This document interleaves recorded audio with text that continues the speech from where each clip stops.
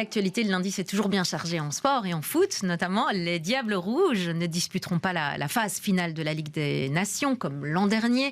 L'équipe nationale a été battue 1-0 aux Pays-Bas ce dimanche. Une défaite qui inquiète certains supporters. Grégory Yenko, bonjour. Bonjour Fanny. Allez, on revient avec vous sur ce match. Plusieurs Anderlechtois étaient sur le terrain, mais ils n'ont pas forcément convaincu. Oui, il y en avait deux sur le terrain hier lors de ce match contre les Pays-Bas. Toujours aucune victoire justement aux Pays-Bas pour les Diables Rouges. C'est une grande surprise pour eux.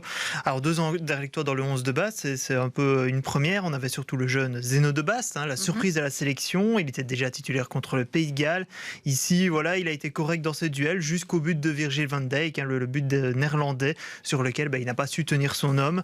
Jan Vertonghen, lui plus expérimenté, était également titulaire en défense. Lui, il a fait le job, voilà, tout simplement. On notera surtout aussi la belle prestation du joueur formé à Anderlecht et au White Star, Amadou Onana.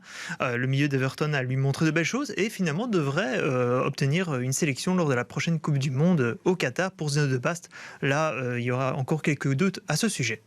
Et ces 2 derniers matchs de la Ligue des Nations, c'était une forme de test en vue de la Coupe du Monde au Qatar. Alors, est-ce qu'il y a des raisons d'avoir des inquiétudes, Oui, voilà, on a eu le match contre le Pays de Galles qui a été plus convaincant finalement que celui contre les Pays-Bas. Il y a eu beaucoup d'essais aussi durant ces 2 matchs, avec notamment De Bast, Onana, Luque Bacchio. Roberto Martinez, qui était absent du banc hier en raison de son exclusion contre le Pays de Galles, a dit qu'il n'était pas inquiet sur le plan tactique, plutôt le fait qu'il y aurait éventuellement des blessures d'ici le Qatar. Mais voilà, c'est pas vraiment la répétition générale espérée, mais on est toujours dans ce processus de renouvellement de l'équipe pour que ça se poursuive également après le Qatar. Bon, c'est bien, vous êtes confiant. Allez, il reste 2 mois avant le début de ce mondial. Quel est le programme à venir des Diables Rouges? Parce qu'ils ne se reposent pas d'ici là. Mais non. D'ici là, il y aura donc une préparation en club et puis rencontre internationale, rassemblement international avant le départ le 12 novembre vers le Golfe.